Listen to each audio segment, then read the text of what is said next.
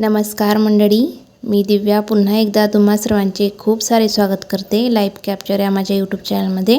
आज मी आलेली आहे लग्नासाठी। तर इथं साक्षीची हळद चालू आहे। आज हळद आहे आणि उद्या लग्न। तसं लग्न संध्याकाळचं आहे, त्यासाठी आमचं ठरलेलं होतं की आम्ही उद्या येऊ। संध्याकाळचं लग्न आहे तर दुपारपर्यंत येऊ, संध्याकाळी लग्न अटेंड केलं जातं आणि मुक्कामीच राहिलं जातं।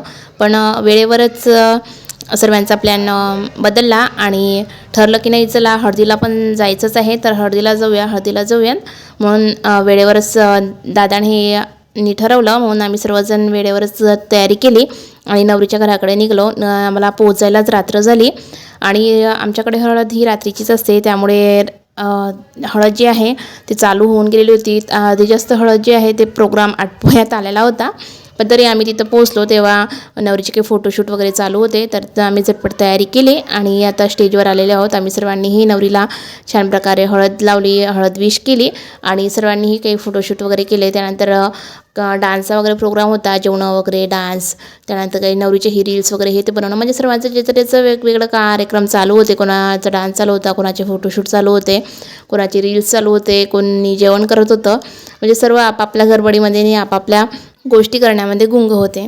मी नवरीकडे आज फर्स्ट टाईमच आलेली आहे आणि नवरीलाही मी आज फर्स्ट टाईमच बघत आहे। आधी मी त्यांना बघितलेली नाही आहे, बोलणं वगैरे ते झालेलं आहे मोबाईलवर त्यांच्यासोबत, पण बघितलं त्यांना आज फर्स्ट टाईमच। आणि त्यांचे आईवडील म्हणजे ते दादा आणि त्या ताई वगैरे आहेत त्यांच्यासोबत तरी आधी भेटणं वगैरे झालेलं आहे, बोललेली आहे, पण त्यांच्या घरी आज फर्स्ट टाईमच आलेली आहे आणि तेही लग्नामध्ये। आणि आता लग्न सण प्रकारे आम्ही सर्वजण एन्जॉय करत आहे। नवरीचे बी काही फोटोशूट झाले, आम्ही काही फोटोशूट केल्यानंतर डान्सचा प्रोग्राम होता, कोणी डान्स करत होतं, पण आम्हाला काही जास्त इंटरेस्ट होता कारण जास्त कोणी ओळखीचंही नव्हतं माझं तिथं, त्यामुळे आम्ही साईडला म्हणजे मी आणि छबू साईडलाच बसलेले होते। तेवढ्यात हे बघा नवरीबाईची सुरू झाली पॅकिंग। आता सासरला जायचं म्हटलं म्हणजे भरपूर अशी पॅकिंग करावी लागते आणि लग्न म्हटलं म्हणजे लग्नाचंही खूप सारं सामान राहतं असतं। सर्व जी पॅकिंग आहे ती नवरीबाईनं करून घेतली, कारण आज हळद आणि उद्या संध्याकाळचं लग्न आहे, पण दिवसभर जे आहे ते लग्नाचे कामं काही ना काही चालूच राहतात आणि संध्याकाळचं म्हणा की सकाळचं म्हणा, लग्न जोपर्यंत लागत नाही ना तोपर्यंत गडबड ही चालूच राहते।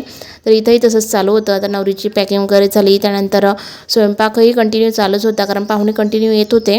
जे ते पाहुणे होते ते त्यांच्या हिशोबाने येत होते, कोणी लवकर आलं, कोणी उशिरा आलं, कोणी वेळेवर आलं, त्यानुसार सर्वजण नांचे येणं आणि जसे आले तसे जेवणं हे चालू होते। तर चला आमचेही जेवणं वगैरे झाले आणि हे बघा असं काही माझा आजचा लूक होता। मी अशी छानशी रेडी झालेली आहे, येलो कलरची साडी आणि त्यावरती ग्रीन कलरचं कॉन्ट्रास्ट ब्लाऊज आहे। माझ्या जास्त कोणी ओळखीचं नव्हतं, त्यामुळे मी काही डान्स वगैरे केला नाही, मी साईडला बसूनच बघत होते। पण शचीला डान्समध्ये भरपूर असा इंटरेस्ट आहे आणि तिला ओळख वगैरेही लागत नाही, ती तिची एकटीच डान्स करते किंवा तिला तिथं मोठे असो की लहान असो कोणतीही मुलं वगैरे सापडले की त्यांच्यासोबत तिची फ्रेंडशिप होऊन जाते आणि त्यांच्यासोबत ती डान्स करत असते। इथंही तिने तेच केलं, कारण इथलं जे स्टेज त्यांनी बनवलेलं होतं ते स्टेज छोटं होतं, त्यामुळे सर्व जे महिला मंडळ पुरुष मंडळ जेवढेही होते ते खाली फ्लोअरवरती डान्स करत होते। म्हणून शचीला स्टेज हे रिकामं भेटलं होतं आणि पूर्ण तिच्या मालकीचं स्टेज होऊन गेलेलं होतं।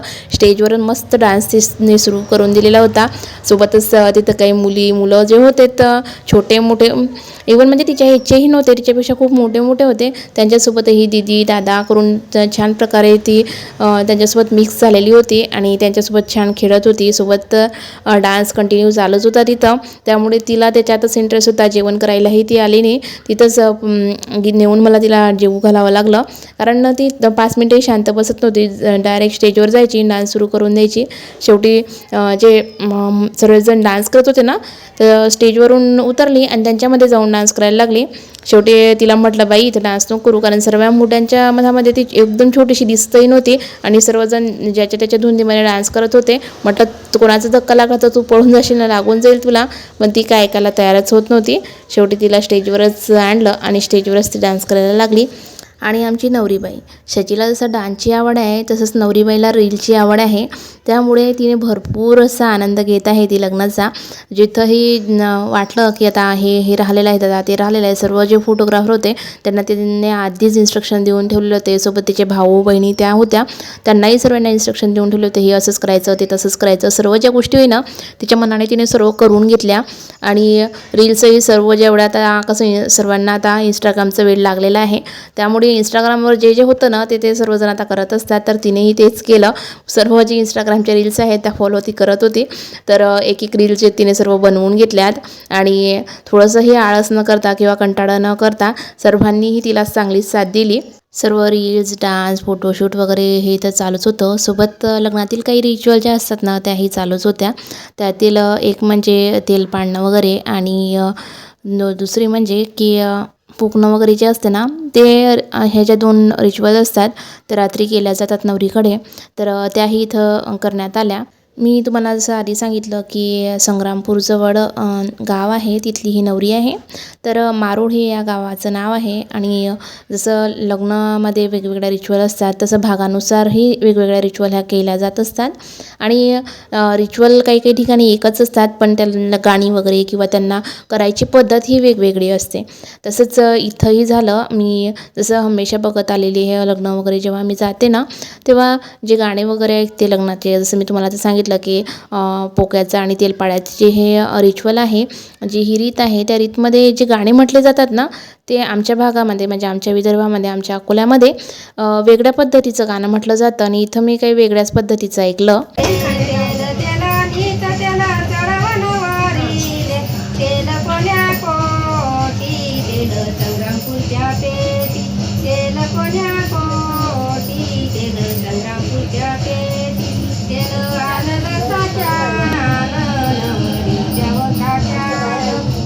मारोळ संग्रामपूर हा जो भाग होता ना म्हणजे जे जे गाव येतं ते पूर्ण विदर्भातही येत नाही आणि पूर्ण खानदेशातही येत नाही. त्यामुळे तिथल्या काही ज्या रीतिरिवाज पद्धती होत्या ना त्याही त्यानुसारच होत्या आणि त्याचे गाणेही त्या पद्धतीनंच होते.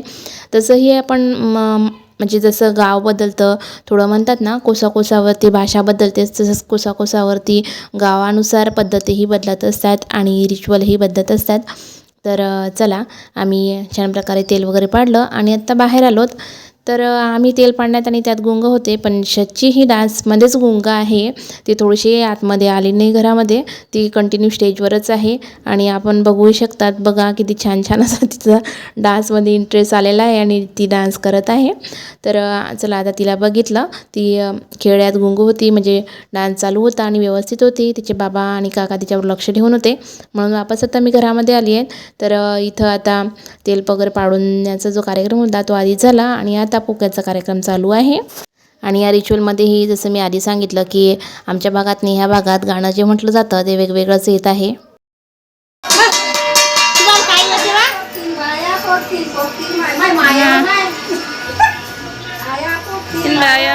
पक्तीन माम्या मावशा एवढा सामान केलं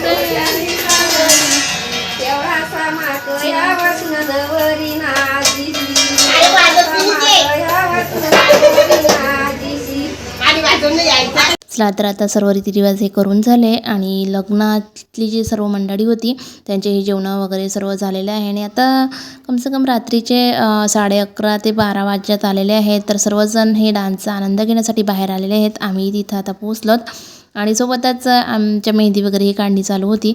शचीचीही मेहंदी काढणी चालू होती आणि एका साईडला उद्याची तयारीही चालू होती. तर चला आता आम्ही हे एन्जॉय करते आणि हा व्हिडिओ इथंच संपवते. आशा करते हा व्हिडिओ तुम्हा सर्वांना आवडला असेल.